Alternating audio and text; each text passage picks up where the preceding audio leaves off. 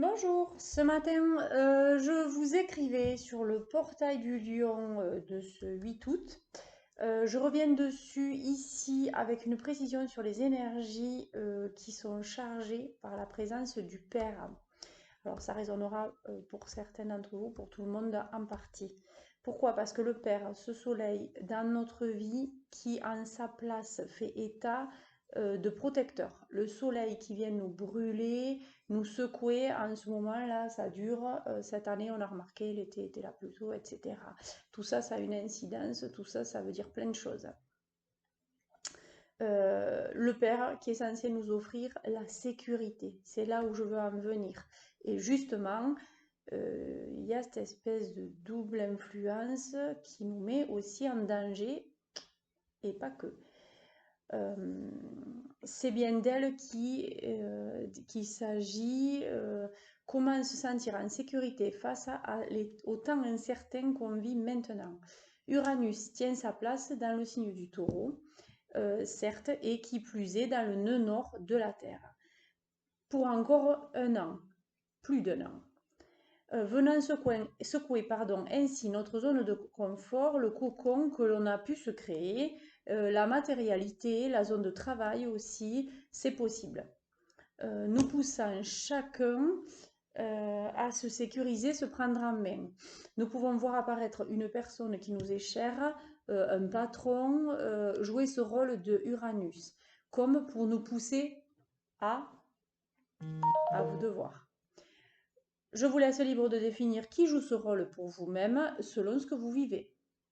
Sur une échelle plus large, collectivité, gouvernement, histoire d'ascension, encore et encore, qui pilote qui, pour nous mener où, à suivre. Bref, inutile de vouloir connaître toutes les réponses sans avoir à le vivre, puisqu'on est vraiment là pour vivre et pour incarner, traverser cette expérience. Hein. Je rappelle, c'est très très important d'en prendre conscience et de ne pas se mentir. D'accord? On n'est pas là juste pour profiter.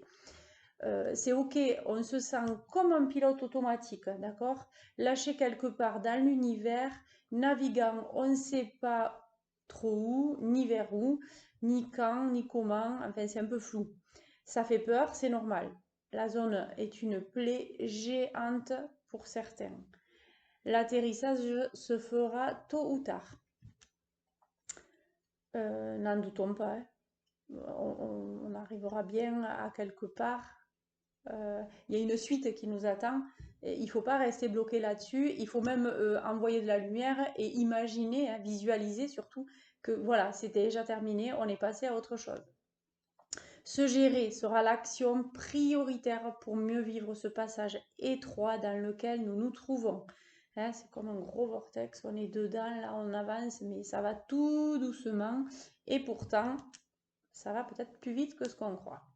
Gérer ses émotions, ça sera la base de la structure de notre corps qui en dépend. Votre ancrage, hein, l'ancrage pour chacun de nous sera déséquilibré si on ne fait pas ce travail-là de gestion émotionnelle. Je vous invite à regarder du côté de ce père, voir ce qui se trouve là et qui pourrait de façon inconsciente encore limiter en fait à tort. Gérer son espace. Encore indispensable de se protéger, protéger sa vitalité, ses énergies, en s'entourant notamment de personnes qui vont nous laisser libres. Hein, une histoire de tri, toujours et toujours. Gérer sa maison, son habitat, purification et remise en état de la structure. C'est le reflet de notre corps, encore. Peut-être même aller voir du côté de la voiture ou du moyen de locomotion. Gérer ses papiers. Comment avancer tant que ce qui est latent n'est pas réglé. Prise en charge sans remettre au lendemain. Ouais, c'est compliqué pour certains, je sais, mais c'est faisable. Tout est faisable. Gérer sa communication, le meilleur pour la fin. Parle-toi avec amour. Verbalise, oui, tout, mais avec le cœur.